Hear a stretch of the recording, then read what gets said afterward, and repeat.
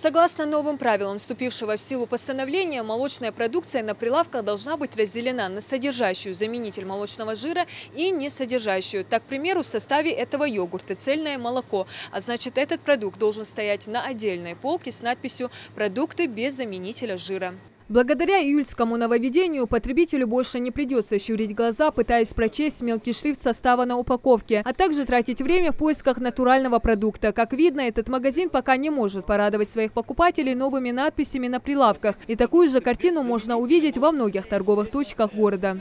Людей с этим законом как-то. Ну, это средство массовой информации. Это информация проходила. Да, предупреждали. Вы должны были уже подготовиться? Нет, мы не подготовились, потому что мы об этом не знали. И никаких газет, никаких печатных или от вас каких-то брошюр, листовок или еще что-то мы не получали. И, правда сказать, очень трудно следить за всеми нововведениями. Умение искать и находить покупателям здесь еще пригодится. Об изменениях условий продажи молочной продукции и ее правильном размещении представители торговых точек и продавцы, как выяснилось, не в курсе. И сотрудники Роспотребнадзора подробно объясняют торговцам детали вступившего в силу с 1 июля 2019 года постановления правительства России. Теперь выкладка молочной продукции должна осуществляться так, чтобы потребитель мог визуально отделить ее от иных пищевых продуктов и обязательно сопровождаться информационной надписью. В связи с этим приказом по Республике Ингушетия проводим, все торговые точки должны охватить, сказать этим предпринимателям, чтобы они осуществляли в соответствии с этим пунктом, чтобы они размещили эту информационную надпись.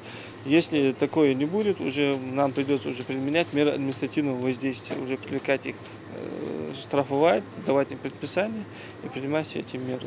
Ну, в ходе этих проверок многие предприниматели говорят, что не ознакомлены, не знакомы с этим нововведением, что они в кратчайшие сроки исправят эти нарушения. Для любителей исключительно натуральной продукции такие поправки в правилах продажи стали приятной новостью. Рады, что больше не придется лишний раз беспокоить консультантов. И теперь покупатели в ожидании отдельных полок с надписями. Конечно, удобно. Я не буду искать среди всех молочных продуктов и заменителей. Буду прямо знать, где находится эта продукция, и могу оттуда взять.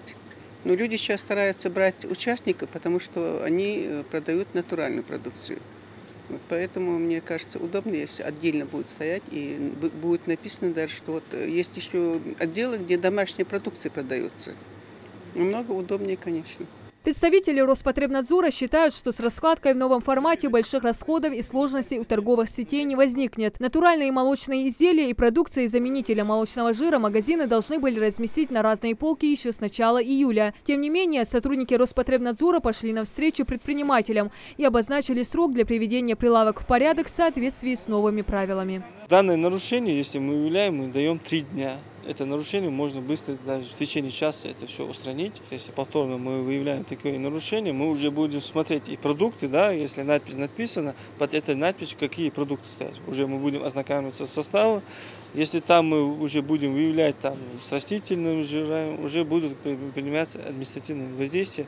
Статья 14.15 КоАП Российской Федерации. Наказание там на индивидуальных предпринимателей от 1000 до 3000 рублей, на юридических лиц от 5000 до 10 тысяч рублей. Здесь же на месте сотрудники Роспотребнадзора подготовили извещение с информацией о новых поправках и правилах продажи, которые впоследствии будут направлены владельцам торговых точек. И уже через неделю специалисты планируют провести повторную проверку продовольственных магазинов. Диана Дударова, Султан Булгучев, Новости 24.